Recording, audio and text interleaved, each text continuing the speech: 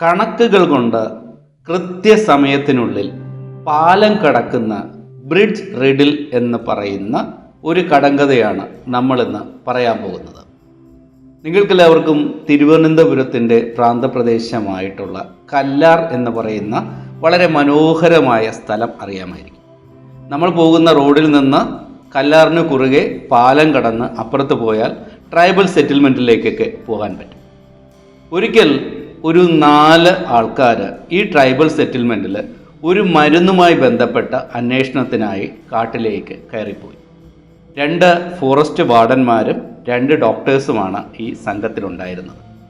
അയ്യപ്പനെന്നും കോശി എന്നും പേരുള്ള ഈ 2 വാർഡന്മാരും പിന്നെ ഡോക്ടർ സണ്ണി എന്നും പട്ടേരി എന്നും പേരുള്ള 2 ഡോക്ടേഴ്സ്. ഇവർ വനത്തിനുള്ളിൽ മരുന്നൊക്കെ തിരഞ്ഞ് നടന്ന് രാത്രിയായപ്പോൾ ഇവർ തിരികെ പോകാനായി വരുന്ന സമയത്ത് ഇവരുടെ വയർലെസ്സിലേക്ക് ഒരു സന്ദേശമെത്തി. ഇവർ നിൽക്കുന്ന സ്ഥലത്തൊരു പാലമുണ്ട്, എത്രയും പെട്ടെന്ന് പാലം കടന്ന് അക്കരെ എത്തുക. അവർ നിൽക്കുന്ന ഇതിന് സമീപമുള്ളൊരു വലിയ മലയിൽ ഒരു ഉരുൾപൊട്ടൽ ഉണ്ടായിട്ടുണ്ട്. ആ വെള്ളം അവിടെ ഏകദേശം ഒരു 18-നും 20 മിനിറ്റിനും ഇടയിൽ അവിടെ എത്തും. അതിനു മുമ്പായിട്ട് ഇവർ ഈ പാലം കടന്ന് ഇപ്പുറത്ത് വന്ന് രക്ഷപ്പെടണമെന്നാണ് ഇവർക്ക് കിട്ടിയ സന്ദേശം. പാലത്തിനടുത്ത് എത്തിയപ്പോൾ അടുത്ത പ്രതിസന്ധി. രാത്രിയാണ്, ഇവരുടെ കയ്യിൽ ഒരു ടോർച്ച് മാത്രമേ ഉള്ളൂ. ഒരേ സമയം 2 പേർക്ക് മാത്രമേ പാലത്തിൽ കയറാൻ കഴിയൂ. കൂടുതൽ ഒരാൾ കയറിയാൽ ചിലപ്പോൾ പാലം പൊളിഞ്ഞു പോകാനുള്ള സാധ്യതയുണ്ട്. ഇവരുടെ മുന്നിൽ 20 മിനിറ്റ് മാത്രമാണ് ഈ പാലം കടക്കാനായിട്ടുള്ളത്.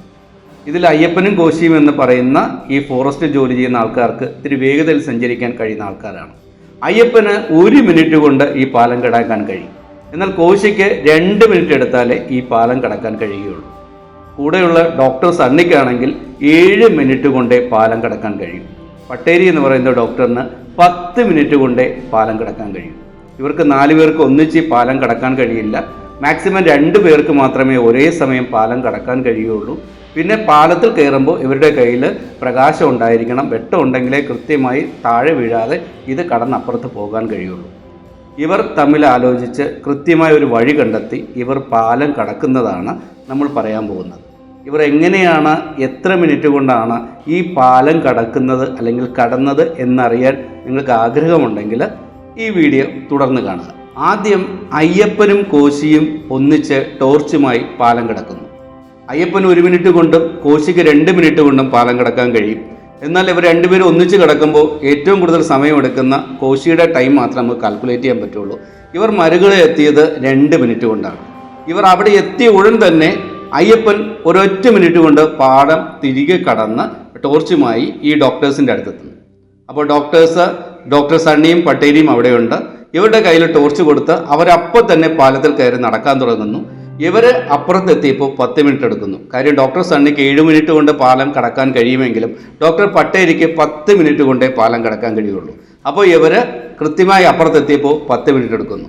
അപ്പോൾ ഇതുവരെ കഴിഞ്ഞുപോയ സമയമെന്ന് പറയുന്നത് അയ്യപ്പനും കോശിയും കൂടെ പാലം അങ്ങോട്ട് കടന്ന 2 മിനിറ്റും അയ്യപ്പൻ ഒറ്റയ്ക്ക് പാലം ഇങ്ങോട്ട് കടന്ന 1 മിനിറ്റും ഈ ഡോക്ടർമാർ 2 പേരും കൂടെ പാലം അപ്പുറത്തേക്ക് കടന്ന 10 മിനിറ്റും ചേർത്ത് ഇതുവരെ 13 മിനിറ്റ് ഇവരുടെ കയ്യിൽ നഷ്ടപ്പെട്ട് കഴിഞ്ഞു. ഉടൻ തന്നെ അപ്പുറത്ത് നിൽക്കുകയായിരുന്ന കോശി ടോർച്ചുമായി പാലത്തിൻ്റെ ഇപ്പുറത്തേക്ക് വരുന്നു. അപ്പോൾ വീണ്ടും 2 മിനിറ്റ് എടുത്തു. 2 മിനിറ്റ് കൊണ്ട് കോശി നേരെ അയ്യപ്പൻ്റെ അടുത്തേക്ക് എത്തുന്നു. ഉടൻ തന്നെ ഇവർ ഇവിടെ നിന്ന് 2 പേരും കൂടി വീണ്ടും പാലം കടന്ന് അപ്പുറത്തേക്ക് പോകുന്നു. അപ്പോഴും 2 മിനിറ്റ് എടുത്തു. അങ്ങനെ കോശി ഒറ്റയ്ക്ക് ഇങ്ങോട്ട് വന്ന 2 മിനിറ്റും ഇവർ 2 പേരും കൂടി പാലം അങ്ങോട്ട് കടന്ന 2 മിനിറ്റും ചേർത്ത് മൊത്തം 17 മിനിറ്റ് കൊണ്ട് ഇവർ പാലത്തിൻ്റെ അക്കരെ കടക്കുകയും അപ്പോഴേക്കും ഇവരെ രക്ഷിക്കാനുള്ള സംവിധാനങ്ങൾ, വാഹനങ്ങളൊക്കെ വരികയും ഇവർ റോഡിലേക്ക് എത്തി വാഹനങ്ങളിൽ കയറി അവിടെ നിന്ന് രക്ഷപ്പെട്ടു പോവുകയും ചെയ്തു എന്നുള്ളതാണ് ഇതിലെ വസ്തുത. ഈ കഥയിലൂടെ നിങ്ങൾക്ക് ഞാൻ ബ്രിഡ്ജ് റിഡിൽ എക്സ്പ്ലെയിൻ ചെയ്ത് തന്നിരിക്കുകയാണ്. കൃത്യമായ സമയത്തിനുള്ളിൽ കൃത്യമായ കാൽക്കുലേഷനോടെ കൃത്യമായ സാഹചര്യമനുസരിച്ച് പാലം കടന്നു പോകുന്ന ഈ റിഡിൽ നിങ്ങൾക്ക് എല്ലാവർക്കും മനസ്സിലായിട്ടുണ്ടാകും എന്ന് വിശ്വസിക്കുന്നു.